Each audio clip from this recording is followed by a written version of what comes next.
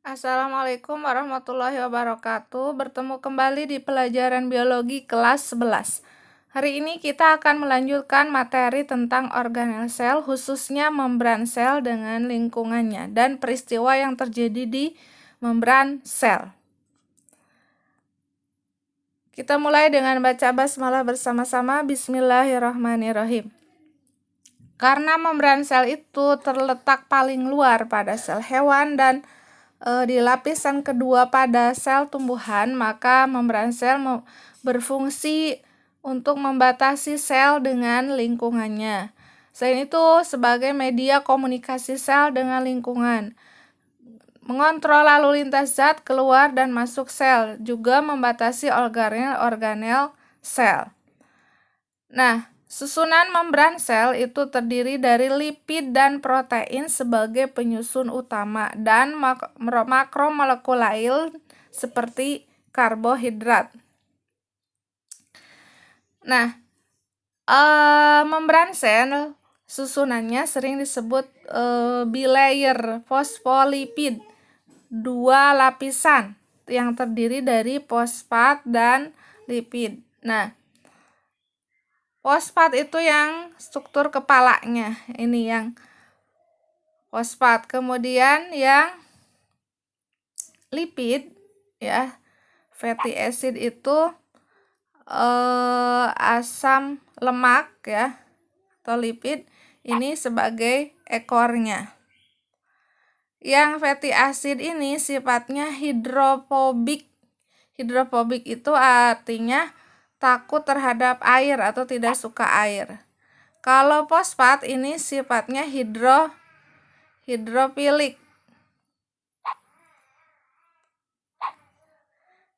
Artinya dia suka air. Makanya susunannya, nah ini nanti akan tersusun menjadi dua susun. Nah, yang ini hidrofilik yang tersusun dari fosfat, kepalanya. Kemudian yang ini ekornya yang tersusun dari lipid. Kemudian yang ini juga lipid, yang hidrofobik, ya, ini kepalanya hidrofilik. Jadi ekor ketemu ekor, kepalanya di luar, karena yang suka air itu yang kepala yang tersusun dari fosfat. Yang ini tidak suka air, makanya susunannya di dalam. Ini kan artinya ini luar sel atau ini dalam sel yang semuanya komposisinya tersusun dari sebagian besar itu air. Makanya dinamakan fosfolipid bilayer, artinya dua lapis fosfolipid. Ini satu yang lapisan atas dan lapisan bawah. Nah, ini. Nah, kemudian pada tahun 72 ada tokoh yang mengusulkan model membran sel, bahwa protein membran itu tersisip pada lapisan bilayer fosfolipid. Nah, ini dinamakan protein integral. Ada protein integral di fosfolipid bilayer. Nah, ini ada juga protein yang di tepi, namanya protein perifer atau periferal. Jadi kalau yang di tengah protein integral atau transmembran, yang di tepi itu protein perifer. Kemudian selain itu ada glikolipid. Nah, yang ini yang rantai-rantai seperti ini yang berwarna coklat krem. Nah, ini itu rantai karbohidrat atau glukosa. Apabila glukosa ini nempel di lipid, yang kepala ini di lipid, ya, itu dinamakan glikolipid. Kalau yang rantai glukosa ini nempel di protein dinamakan glikoprotein. Nah, ini membran sel itu terdiri dari protein dan molekul lain yang tertanam dalam matriks fluida bilayer lipid. Nah, ini ada protein ya. Kemudian tadi sudah dibahas ada dua macam protein, ada protein periferal, kemudian ada juga protein integral yang berada di tengah-tengah. Nah, itu protein periferal yang di permukaan dan protein integral yang di tengah-tengah. Nah, proses yang terjadi di dalam sel, terutama yang di membran sel, itu ada transport membran, ada sintesis protein, dan reproduksi sel. Nah, kali ini kita akan bahas hanya transport membran saja. Transport melalui membran ada dua macam, ada transport pasif dan transport aktif. Transport pasif ada dua macam, ada difusi dan osmosis. Kalau yang transport aktif ada eksositosis, endositosis, dan transport aktif pompa natrium dan kalium.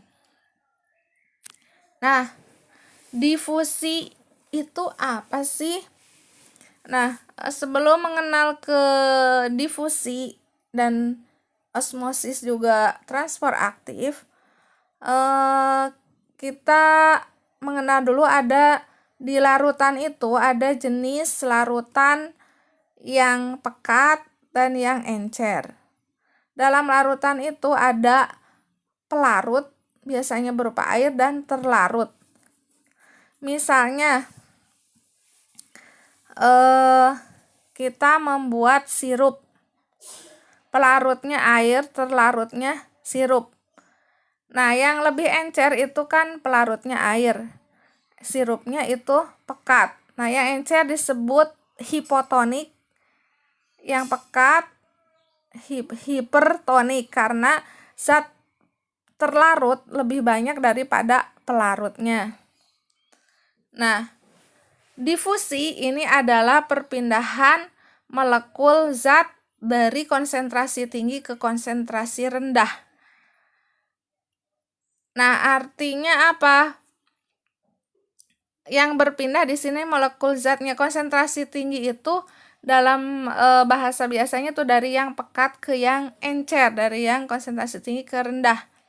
Contoh, kita sediakan segelas air, kemudian 1 sendok sirup. Nah, yang berdifusi itu, yang berpindah itu zat-zat dari sirupnya menyebar ke air yang dari konsentrasi tinggi ke konsentrasi rendah. Itu perpindahan molekul secara difusi, dapat terjadi melalui membran plasma ataupun tidak. Itu tadi dalam kehidupan sehari-hari contohnya seperti tadi. Difusi sederhana terjadi secara spontan dan tidak membutuhkan molekul perantara.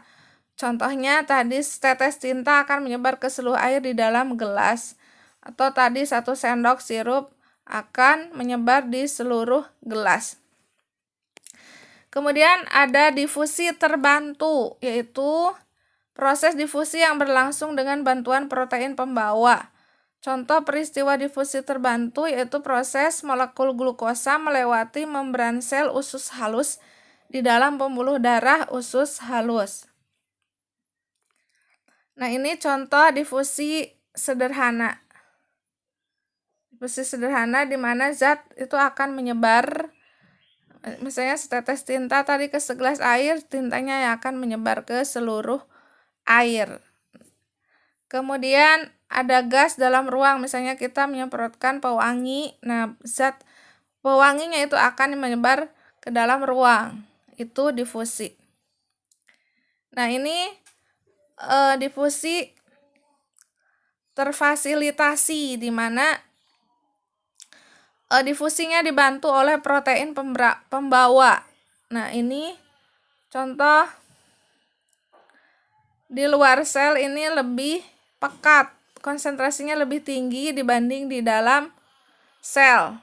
Maka ketiga zat akan masuk, dia dibantu oleh protein pembawa ini yang berwarna pink. Kemudian masuk ke dalam sel. Nah, itu difusi terfasilitasi atau difusi terbantu. Selanjutnya, osmosis. Kalau di osmosis tadi yang berpindah itu zatnya, kalau di difusi tadi yang berpindah itu zatnya, kalau di osmosis yang berpindah itu pelarutnya atau biasanya airnya dari yang encer ke yang pekat melalui membran selektif permeabel. Selektif permeabel itu membran yang hanya bisa dilewati oleh zat-zat tertentu. Nah, misalnya ini yang biru ini misalnya contohnya zat terlarut, yang titik-titik merah ini pelarut atau air. Nah, airnya itu akan berpindah dari yang encer ke yang pekat.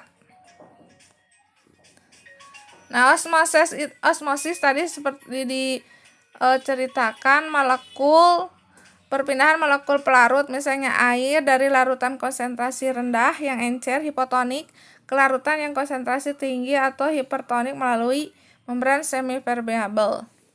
Ada dua macam, ada endosmosis adalah masuknya air ke dalam sel ketika larutan dalam bersifat hipertonik terhadap larutan di luar. Nah, ini endosmosis mengakibatkan turgid pada tumbuhan dan lisis pada sel hewan. Lisis itu hancur ya, kalau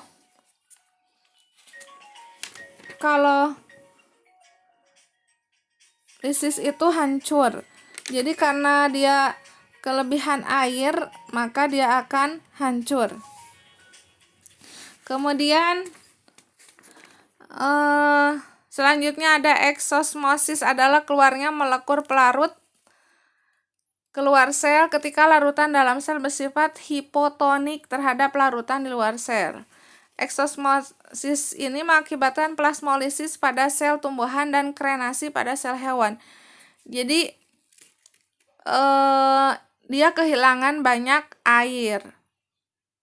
Akhirnya mengalami pengkerutan selnya. Kalau yang tadi karena kelebihan air akhirnya pecah, turgid pada sel tumbuhan. Kalau pada yang endosmosis. Nah, tadi efek osmosis ini jika konsentrasi larutan sel lebih rendah dibandingkan konsentrasi lingkungan sekitarnya, maka air akan segera bergerak keluar meninggalkan sel secara otomatis. Akibatnya sel menyusut dan mati, disebut plasmolisis. Kalau pada hewan, kalau pada tumbuhan tadi itu turgid. Jika konsentrasi larutan sel lebih tinggi dibandingkan konsentrasi lingkungan sekitarnya, maka air akan segera bergerak masuk ke dalam sel. Secara otomatis akibatnya sel membengkak dan pecah. Kecuali pada sel tumbuhan hanya akan melengkung dan menegang, disebut turgid. Kalau yang tadi bukan plasmolisis ya, tadi pada plasmolisis pada tumbuhan dan krenasi pada sel hewan. Kalau yang pertama tadi, kalau yang kedua itu turgid dan lisis. Eksositosis. Tadi osmosis sudah selesai, sekarang kita ke transfer aktif. Yang pertama itu eksositosis, yaitu proses pengeluaran zat dari dalam sel. Eksositosis ini terjadi pada beberapa sel kelenjar atau sel sekresi. Nah, ini dalam sel. Nah, ini sitoplasma, cairan sel. Nah, ini membran zat-zat yang akan keluar sel, dia akan dibungkus dulu oleh kantong sekret, kemudian akan keluar sel. Ini biasanya pada molekul-molekul yang berukuran besar. Pengeluaran zat yang berukuran besar. Kemudian endositosis. Kalau endositosis itu proses pemasukan zat ke dalam sel. Nah, ini Misalnya ini dari luar sel. Nah, terbentuk dulu lekukan, kemudian akan masuk ini fagositosis. Nah, ini contoh pinositosis. Sama, terjadi pelekukan dulu. Nah, ini yang diperantai reseptor seperti ini. Kemudian selanjutnya transport aktif yang menggunakan pompa ion natrium dan kalium. Itu merupakan ion-ion yang dibutuhkan oleh tubuh.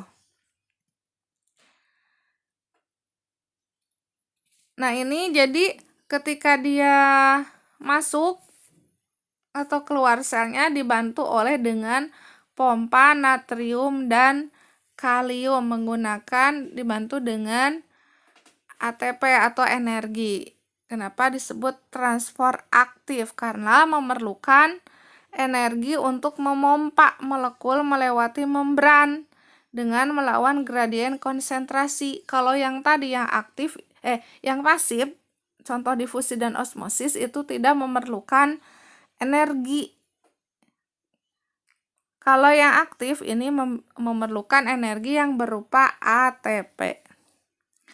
Nah, mungkin untuk pembahasan kali ini kita cukupkan sekian. Kita tutup dengan baca hamdalah bersama-sama. Alhamdulillahirabbil alamin. Assalamualaikum warahmatullahi wabarakatuh.